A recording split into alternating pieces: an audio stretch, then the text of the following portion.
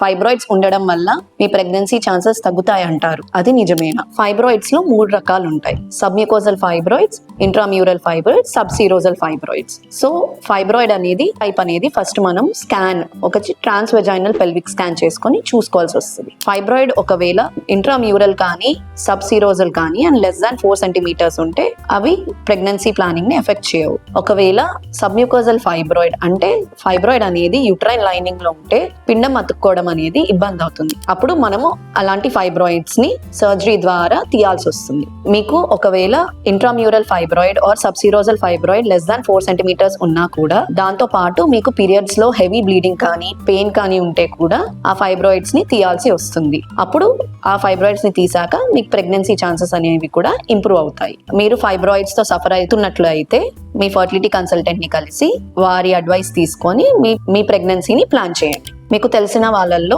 Fibroids తో suffer అవుతూ pregnancy కోసం ప్లాన్ చేస్తున్న వాళ్ళకి ఈ రీల్ని షేర్ చేయండి.